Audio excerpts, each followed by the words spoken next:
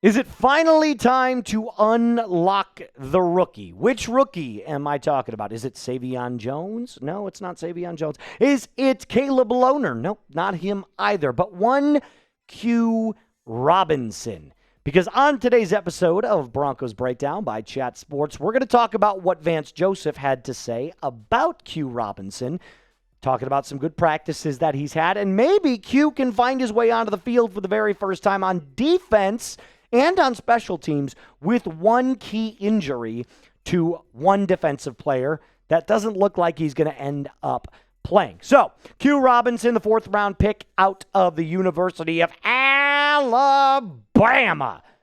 That's right. I can't give a piss about nothing but the Tide, apparently, for Mr. Q Robinson. But he's a player that the Denver Broncos drafted specifically to be a complete overhaul on the special team side. Now, Zach Stevens, who is overseas right now with the Denver Broncos, said that, and I quote, Q Robinson had a great week of practices and is ready to play, per Vance Joseph. Well, your defensive coordinator is saying that. That's obviously a great sign.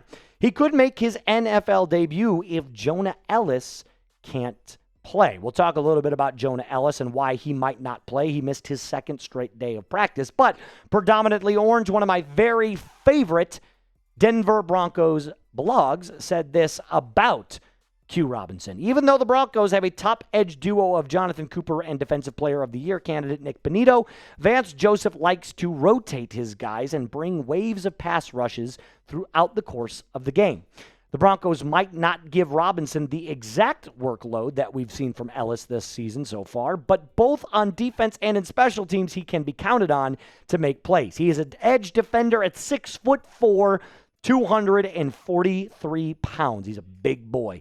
He has outstanding quickness off the snap and a really strong overall arsenal of moves to win as a pass rusher. He was consistently named a standout throughout the course of training camp and the preseason, and defensive coordinator Vance Joseph said he's had a great week of practice. So this all because Jonah Elliss looks like he's most likely not going to play this week against the New York Jets. I'm completely fine with that. If he's dealing with a rib injury, which I believe is what the diagnosis actually said, I'm okay against the Jets not playing him.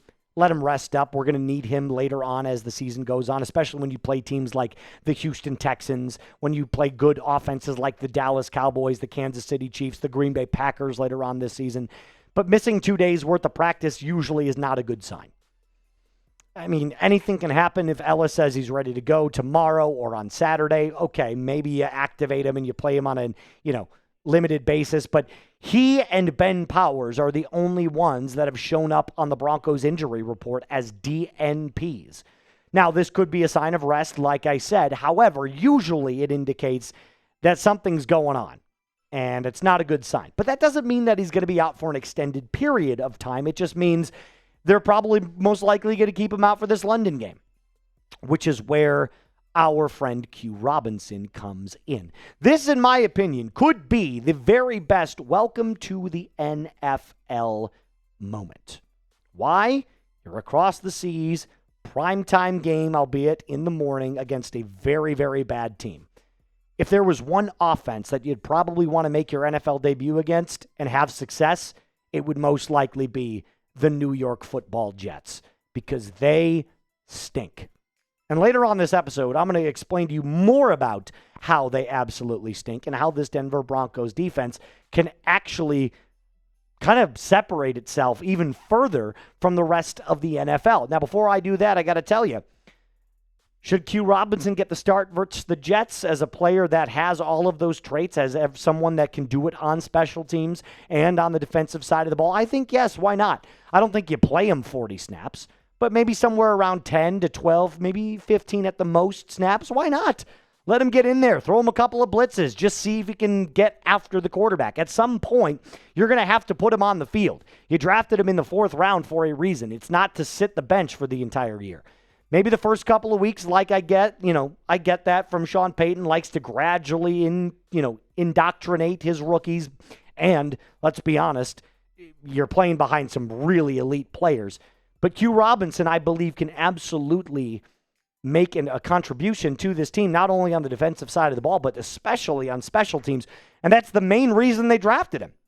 So like I said, coming up, the Broncos D can further separate from the rest of the NFL. But before we do that, I've got to tell you about today's presenting sponsor, and that is our friends over at Tushy. Look, I've called a lot of people a-holes on this specific show, but now that stings a little bit less now that I've used a bidet. Let me tell you about our friends at Tushy, because as much as you're thinking right now to yourself, why is he talking to me about toilets? Well, it's not a toilet.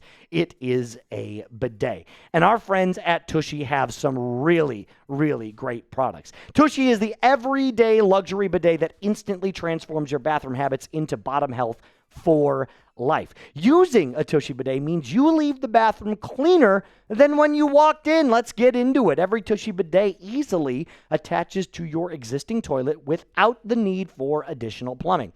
Instead of wiping endlessly with toilet paper, Tushy pristinely removes 99% of bacteria while protecting your natural skin barrier thanks to one natural ingredient: fresh water. And by the way, every Hello Tushy bidet comes with a 30-day hassle-free return and a 12-month warranty. Remember, a-hole is only a dirty word if you wipe. For a limited time, our listeners get 10% off their first bidet order when you use code CHAT at checkout.